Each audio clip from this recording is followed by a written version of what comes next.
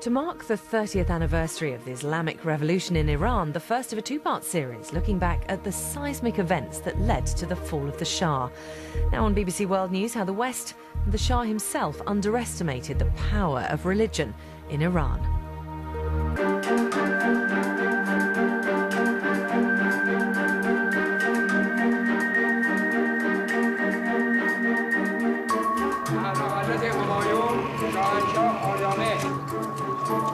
The Shah, Mohammad Reza Pahlavi, ruled Iran from September 1941 to February 1979.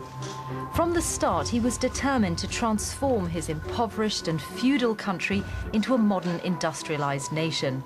To BBC documentary makers who tracked most of his reign, he made a fascinating subject. When you talk about your mission for your country, what exactly do you mean?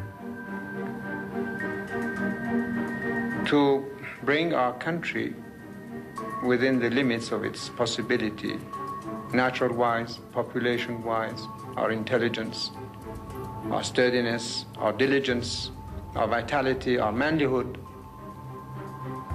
to its optimum capabilities and possibilities. He was seen as regal, autocratic, and overambitious. But the BBC, his ally America, and even the Shah himself were slow to spot the forces that would prove to be his real undoing. I am in contact with my people. I go places and I talk to the people, and I can claim to have the pulse of my people really in my hand. The Islamic Revolution toppled the Shah and brought Ayatollah Khomeinis to power in 1979.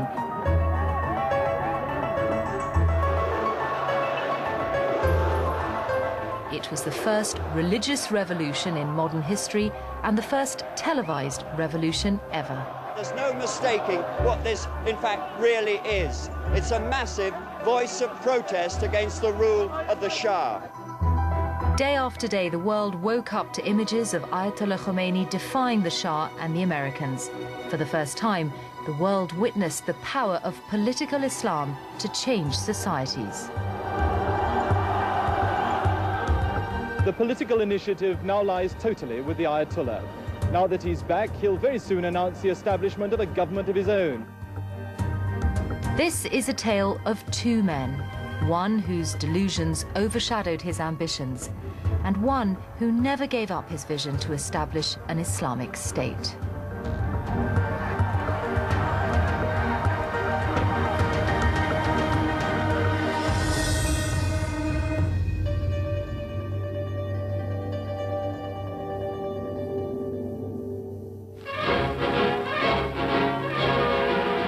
The first time BBC television filmed the Shah was in 1948. The 27-year-old king was visiting a military base in southern England. The main object of his visit is to study our scientific and industrial technique, to see what contribution they can make to the life and well-being of his own people. The Shah had, since he was a young man, had a fascination with things military. He wanted the very best, the most sophisticated equipment, and he was sure he could create that kind of modern force in Iran. He had no self-doubts about that enterprise. While the Shah smiled throughout his visit, he later told the BBC that he had been deeply angered by the behavior of the British towards his father, Reza Shah, and his country. In 1941, shortly after Hitler invaded the Soviet Union, British and Russian forces entered Iran against only token resistance by the Iranian army, after warning Reza Shah about his links with the Germans. The old Shah abruptly abdicated and went into exile. His 21-year-old son was faced with the formidable task of taking over a country suffering from the shock and humiliation of a foreign invasion. What I approach eventually my father is not to have being mine the oil fields and tell you that if you come, I'm going to blow up everything. But the worst was what happened next, that the occupation of the country led to so many evil, fifth columns and the reapparition of the feudal chieftains, also a very reactionary power of the clergy or the mullahs. The first real threat to the Shah's power came in the early 1950s. A new Prime Minister, Mohammad Mossadegh, had won huge public support by taking Iranian oil back into government ownership and ending the 40-year monopoly enjoyed by the Anglo-Iranian Oil Company. Mossadegh then set his sights on the Shah. He wanted to curb his power and turn him into a constitutional monarch, a titular head of state. In August 1953, the Shah left for a holiday in Italy, believing that Mossadegh was about to force him to abdicate. But Mossadegh had miscalculated. This was the 50s and the height of the Cold War. America, fearing that Mossadegh was too close or too tolerant of a small but burgeoning communist movement in Iran, had already decided to act. 3 days after the Shah had left Iran, a military coup backed and orchestrated by the CIA removed Mossadegh from power. The Shah returned the following day. اگر بگوییم که 28 مرداد و چند ماهی پس از اون شاه باز در اوج محبوبیت بود که بود، برای اینکه مردم فکر می‌کردن که وجود او سبب شده است که خطر حزب توده و کمونیست‌ها از بین برود، برطرف بشود، ولی با سیاست‌هاش، با مداخلاتش در امور روزانه کشور، در خرابکاریش در کار دولت و این کاری بود که همیشه می‌کرد، به سرعت این قبول عام از بین رفت. اما کودتا یک تأثیر دیگری هم در داخل ایران داشت و اون عبارت از این بود که نظام پادشاهی رو آخرین رگه ها یا آخرین چیزهای مشروعیت رو از بین برد.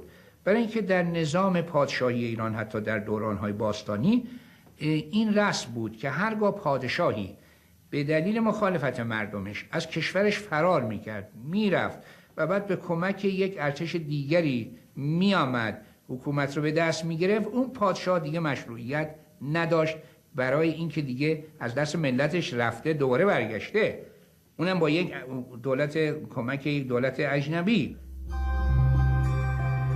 Back on the throne, the Shah consolidated his power. Parliament's wings were clipped and he became, in effect, an absolute monarch. These were his army chiefs. It was these generals who backed him in his struggle against Mossadegh in 1953. Today, the Shah depends on the army above all for his personal security, the continued ability to do his job, and even perhaps to remain on his throne. Unlike his father, Reza, who started life as a Russian army corporal, the Shah is no soldier. His officers do a good bit of feuding among themselves, which has helped him to stop any one of them from gaining too much power. But he's careful to keep them happy by giving them lavish funds, mostly from American aid. The Shah returned to Britain in 1955. While he went shopping for military equipment, Queen Soraya, his then wife, was presented with the latest in British fashion.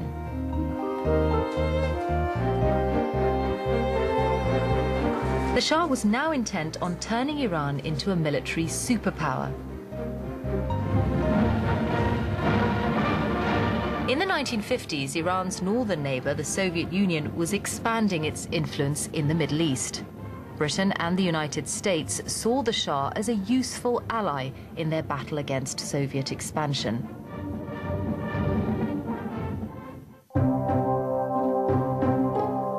Thousands of American military and civilian advisors started to work in Iran. With them came a large and steady flow of dollars. In the late 1950s, American military and economic aid amounted to 22% of the Iranian government's spending. Yet the Shah didn't rely on the Americans to protect Iran's borders from the Soviet Union. In a bold move, he struck a deal with the Russians. شاه موفق شد با یک دیپلماسی بسیار درخشان روس‌ها را آرام بکند و اطمینان بدهد که با اینکه ایران در سنتو بود و در واقع جزء کمربند دفاعی امریکا، یعنی عملاً و رسما حتی منتها تعهد کرد که هرگز پایگاه نظامی به امریکایی‌ها ندهد. By this time, the Shah had divorced Queen Soraya, who had not managed to provide him with an heir. A few months later, he married Farah Diba, an architecture student. خیلی راحت منو گذاشتن. میدونی یه کسی نبود که آدم مثلا وحشت کنه باش صحبت بکنه. از این طرفی هم خود من یه آدمی بودم که نمیدونم همون آدمی بودم که همیشه بودم و هستم. حتی اتفاقا یادم میاد راجع به این موضوع یه دفعه خب بعد از چند سال ازت پرسیدم که چطور شد شما منو انتخاب کردین. بعد گفت من از سادگیت خوشم آمد و این خب برای من خیلی باعث خوشحالی بود. Our vitality, our manlyhood to its optimum capabilities and possibilities. He was seen as regal, autocratic and overambitious. But the BBC, his ally America, and even the Shah himself were slow to spot the forces that would prove to be his real undoing. Who tracked most of his reign, he made a fascinating subject. When you talk about your mission for your country, what exactly do you mean? To bring our country within the limits of its possibility, natural-wise, population-wise, our intelligence, our sturdiness, our diligence. I am in contact with my people. I go places and I talk to the people, and I can claim to have the pulse of my people really in my hand. The Islamic Revolution toppled the Shah and brought Ayatollah Khomeini to power in 1979.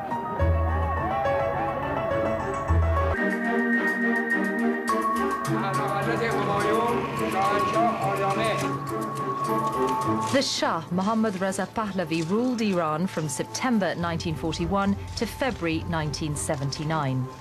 From the start, he was determined to transform his impoverished and feudal country into a modern industrialized nation.